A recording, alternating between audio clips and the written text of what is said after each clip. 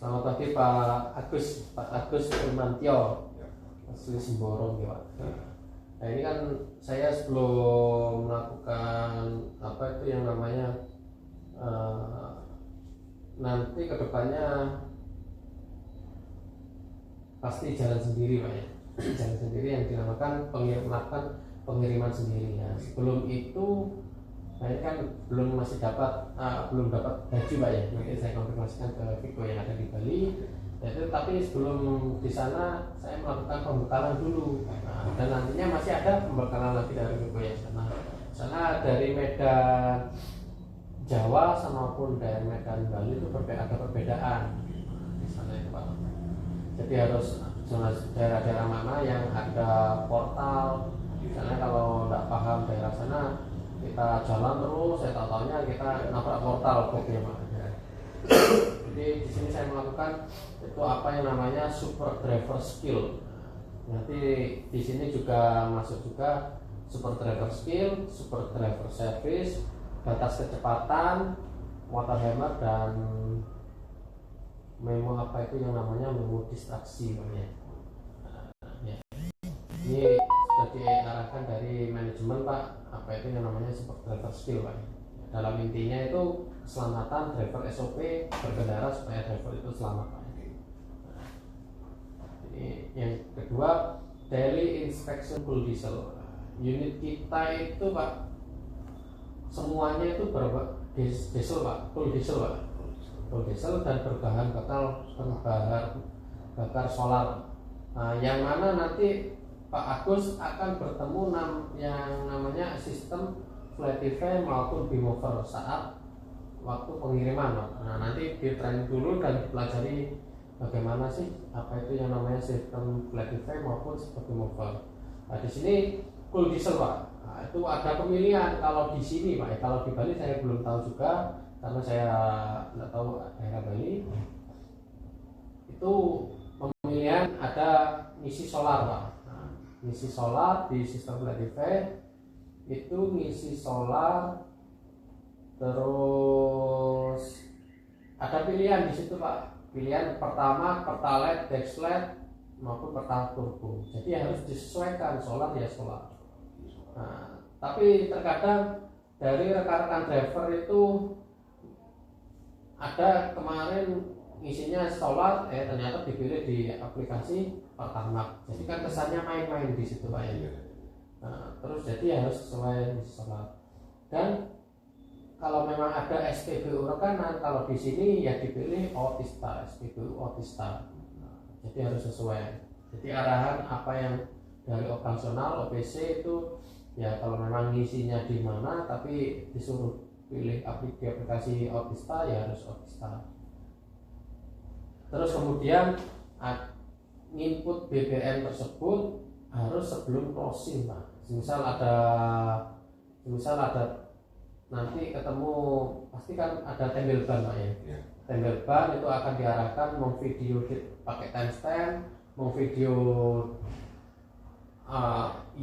plat nomor dan ban yang mau akan diganti FL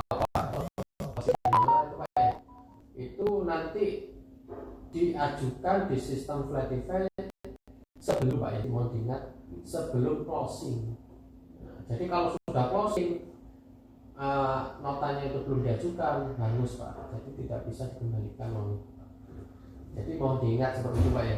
Terus pengajuan biaya tol juga seperti itu, pengajuan penyeberangan juga seperti itu. Jadi sebelum closing itu diajukan terlebih dahulu. Nanti ada arahan dari driver yang senior. Lanjut di gambar ke-3 Pak. Metode pengecekan kendaraan. Nah, ini semua driver itu wajib Pak, metode pengecekan kendaraan. Jadi kayak misal saya melakukan sidak di toko, sidak driver di toko, sidak driver dimanapun, harus paham apa itu yang namanya metode pengecekan kendaraan. Jadi saya tanya, metode pengecekan kendaraan balok, nah, kan udah diingat ya, balok. Jadi B-nya itu bodi dan ban. Jadi sebelum berangkat Pak, sebelum berangkat kita nyampe di sini itu dilihat bodi dulu Pak, bodi unit boxnya itu bagaimana, apakah ada kerusakan apa belum. Jadi kalau ada kerusakan nanti konfirmasi, Pak siapa ini yang kondisinya seperti ini, apakah terjadi accident atau bagaimana gitu. Nah, jadi seperti itu Pak ya. Jadi kalau nggak ngecek nanti sudah berangkat tahu-taunya rusak, dan jadi pertanyaan siapa yang merusakkan ya Pak ya. Terus kalau kita rekam itu Pak untuk temuan misalnya. Oh ya, di foto nanti di japri ke OPC yang ada di sana. OPC-nya Aros. Terus ban terutama pertama dulu ban tebal apa tipisnya Pak. Nah, kalau dicek bannya itu tipis, nah itu kan bisa sampean apa itu hati-hati kalau memang tipis, soalnya terjadi slip Pak. Yes, ini karena sekarang musim hujan. Terus dan ban serep Pak.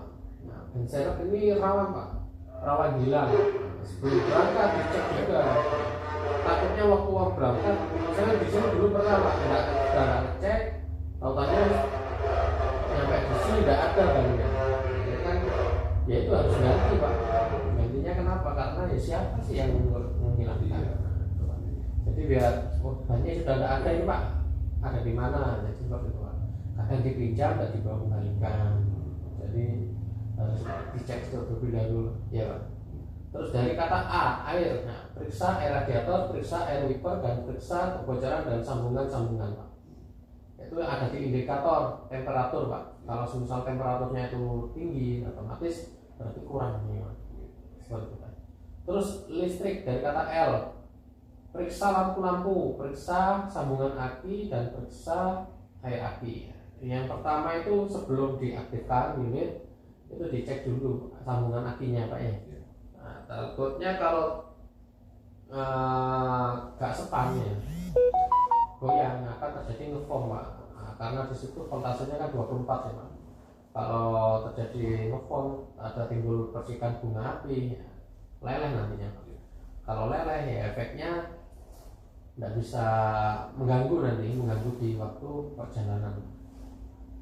Terus setelah dicek, hidupkan semua lampu-lampunya Pak, mulai dari lampu utama maupun lampu belakang, dan lighting kanan, lighting kiri itu juga dicek. Kalau semisal kalau semisal putus, itu langsung ke dispatcher yang ada di sana. Kalau di sini langsung Pak lampu depan atau lampu itu dimintakan. Tapi kalau di sana nanti konfirmasikan ke dispatcher Pak.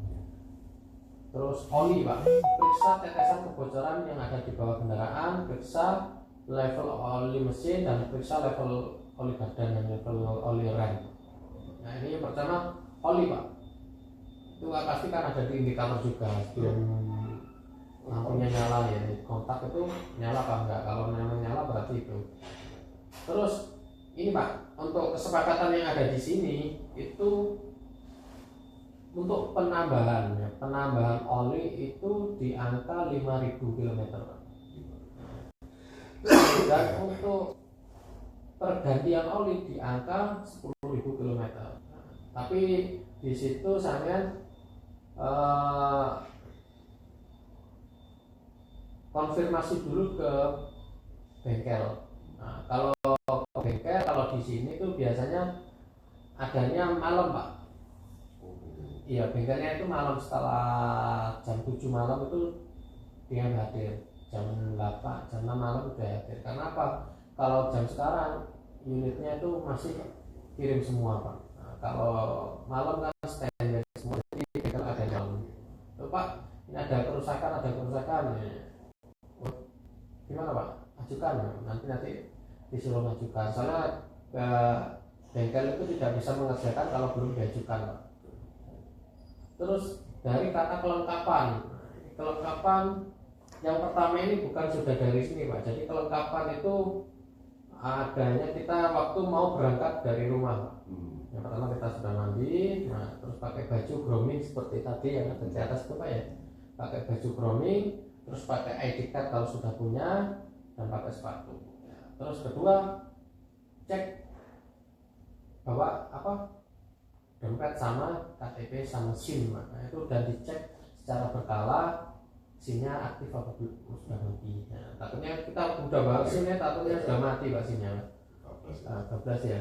Terus HP juga Pak ya, HP. Jadi di sini kalau udah berangkat lupa Pak nggak bawa HP, otomatis saya suruh pulang Pak. Nah, sana nggak bisa kerja Pak. Iya, untuk komunikasi. Iya, untuk aktivitas tadi, untuk aktivitas pekerjaan melalui HP. Terus dan periksa kunci dan kontrak alat pada map up.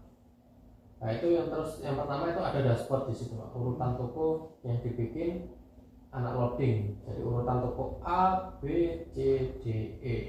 Jadi toko A, B, C, D, E dan di dashboard di sini diserahkan materai dari dispatcher, materai tokonya sesuai apa enggak, toko A, B, C, D, materainya sesuai. Tapi biasanya tidak semua toko membawa materai maupun alokasi yang lain. Terus di gembok ya harus sesuai toko A, B, C, D, E. Jadi tokonya A, gemboknya A, benar. Takutnya urutannya tokonya A, B, C, D, E, gemboknya ada di belakang, jadi kan tidak bisa bongkar Pak. Jadi harus cek seperti itu. Terus cek STNK maupun supir kendaraan. Karena STNK tersebut kita kan ada di sini Pak. Itu takutnya dari dispatcher itu keliru kasih STNK.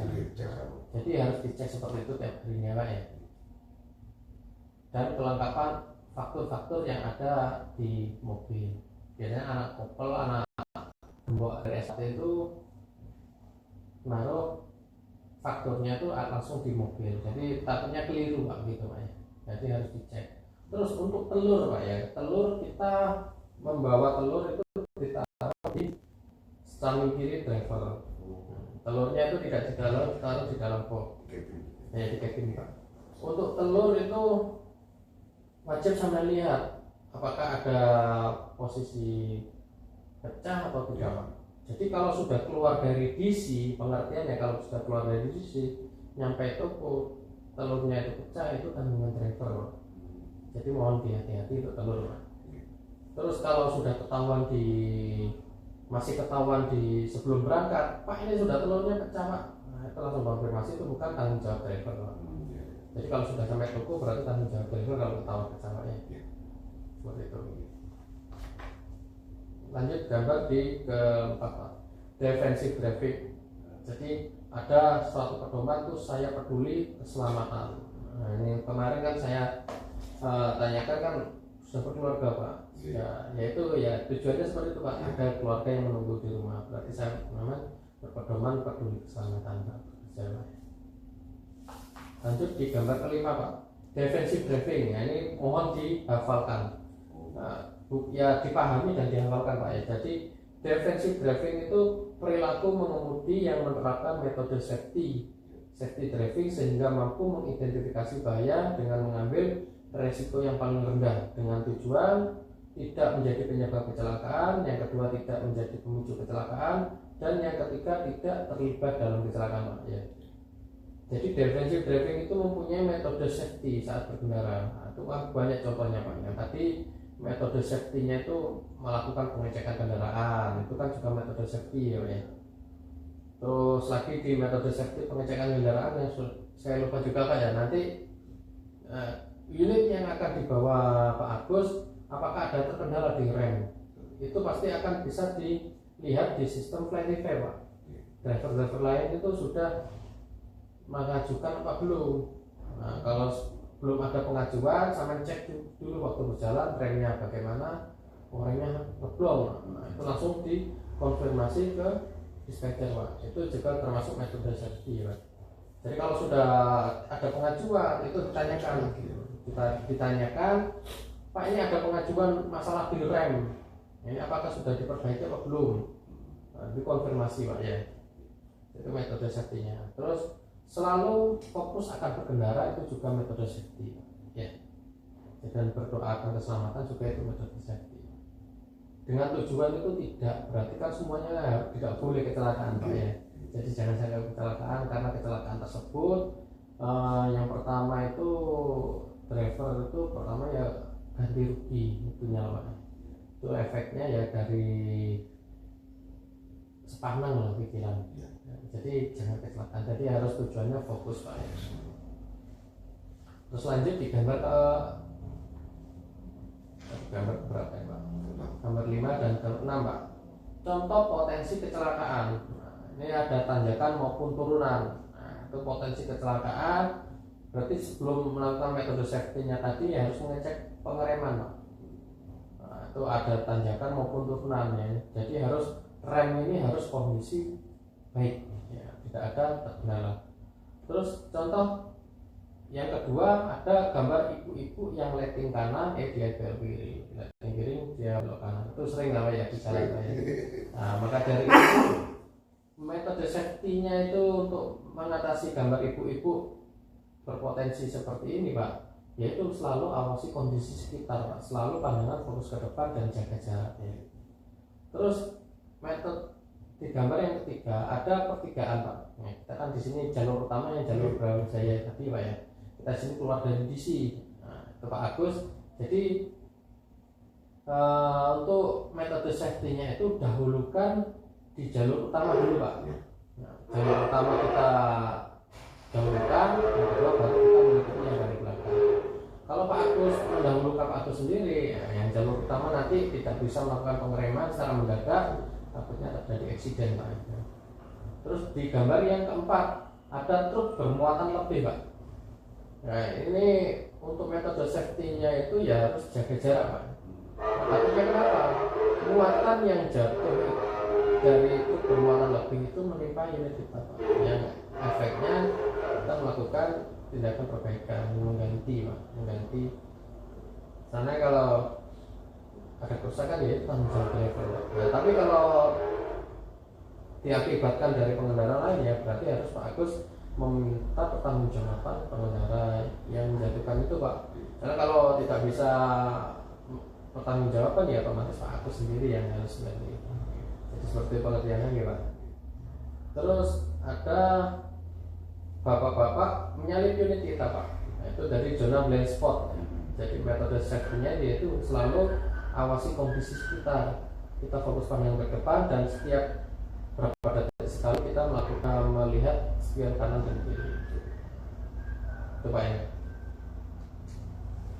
Terus kalau misalnya kejadian alam Pak ya, di pasar juga banyak pohon-pohon besar yang betul ya. Pohon Nanti ada yang namanya itu kalau memang dari faktor alam Pak ya, faktor alam yaitu kan nanti saya dari Viko kalau terjadi seperti itu kan mencari apa itu yang namanya kronologisnya Pak ya, seperti itu Pak. Terus lanjut di gambar yang ke 7 Pak. 5 langkah defensive driving, 5 langkah dasar defensive driving di jalan. Pahami dinamika kendaraan, jaga jarak aman atau zona mengemudi, selalu awasi kondisi sekitar, waspadai blind spot dan hindari distraksi dan marka. Ini 5 langkah. Jadi susah saya tanyakan 5 langkah dasar defensive driving itu apa? Pahami, jaga jarak aman, selalu awasi kondisi sekitar dan itu kayak driver harus paham Pak. Nah ini yang lanjut yang ke-8 tentang poin pahami dinamika kendaraan. Pahami dan kenali kendaraan Anda. Nah, ini ada gambar minivan, canter dan fuso Pak. Nah ini yang maksud dinamika kan apa Pak? Dinamika itu bahasa lokalnya itu kan haluan Pak ya. Haluan jadi panjang kendaraan, lebar kendaraan, tinggi kendaraan, ground clearance kendaraan, bobot max kendaraan, aerodinamis kendaraan, aerodinamis fungsi kendaraan, fungsi panel instrumen kendaraan, wheelbase dan jarak sumber roda. Jadi yang dimaksud di poin yang ke-1 dari panjang kendaraan ini misal yang biasa terjadi itu driver itu tidak paham panjangnya, terutama kita bawa fuso mundur tahu-tahunya sudah nabrak tembok ya.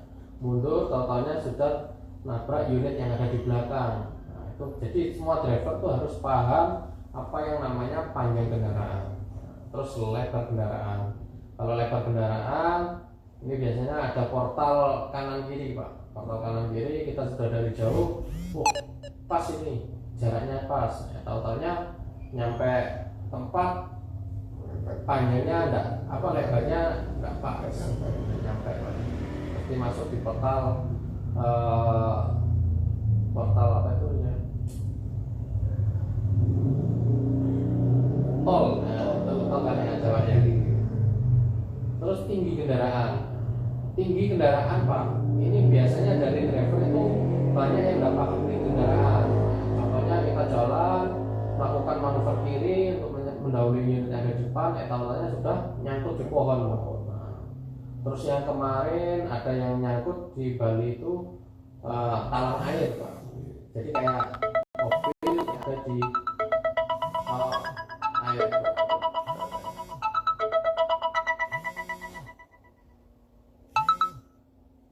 Ya, lanjutkan Pak ya.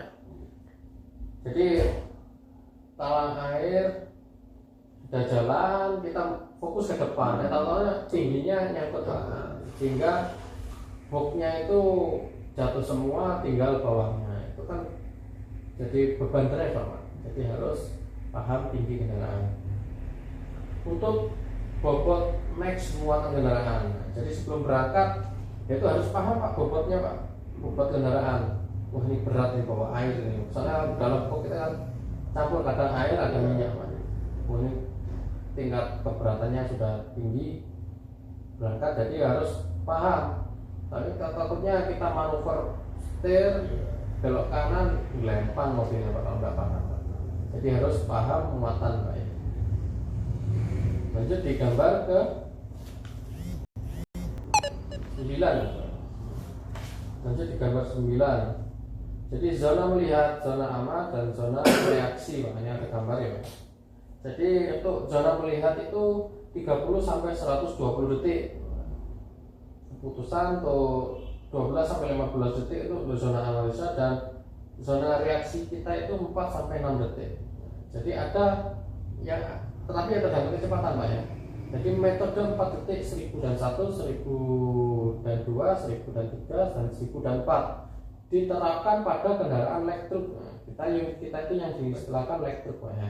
Dalam kondisi cerah di siang hari dan kondisi malam hari itu ditambahkan 1 detik, dan selanjutnya untuk kondisi hujan ditambahkan 2 detik. Jadi unit yang ada di depan